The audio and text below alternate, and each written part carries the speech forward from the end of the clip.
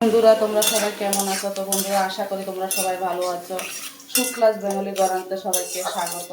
তো বন্ধুরা আজকে আমি চিকেন কষা বানাচ্ছি। এখানে তেল গরম হয়ে গেছে, আমি সাদা তেলে বানাচ্ছি। জিরে ফোড়ন আর পেঁয়াজ ভেজে ফেলেছি, আর একটু আলুও ভেজে ফেলেছি এই যে। আর এখানে পেঁয়াজ, রসুন, আদা, কাঁচা লঙ্কা পেস্ট আমি দিয়ে দিলাম। তো বন্ধুরা আমি চিকেনটাকে ম্যারিনেট করে রেখে দিয়েছি। যে দই, সাদা তেল আর একটু গোলমরিচের গুঁড়া আর হলুদ, নুন আমি ম্যারিনেট করে রেখে দিয়েছি।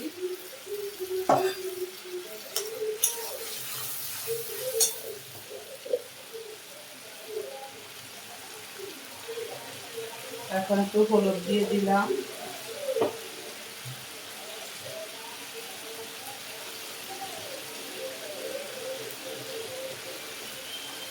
ধনের গুঁড়া, জিরের গুঁড়া একসঙ্গে বাড়িতে তৈরি করা সেটা দিয়ে দিলাম।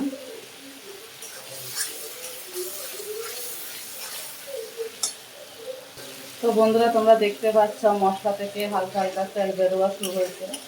এখন আমি ম্যারিনেট করা চিকেনগুলো দিয়ে দেবো।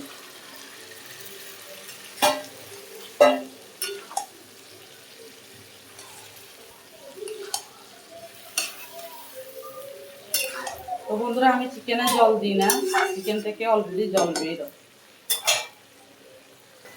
আমি আলুগুলো দিয়ে দিলাম, না হয় সিদ্ধটা কম হবে। এখন আর আলু আবার একটু সিদ্ধ কম হতে চায়, তার জন্য আমি আলুগুলো দিয়ে দিলাম।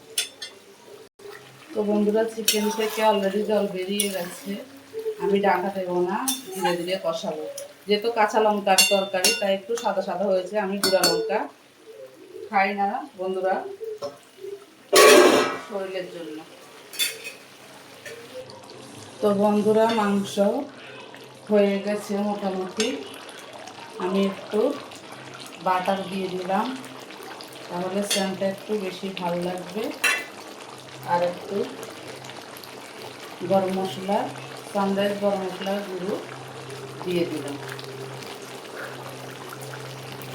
তাহলে খুবই ভালো লাগবে। নামানোর আগে এটা করলে টেস্ট লাগবে। তো বন্ধুরা একটু জল জল থাকবে চিকেনে, খেতেও মজা লাগবে।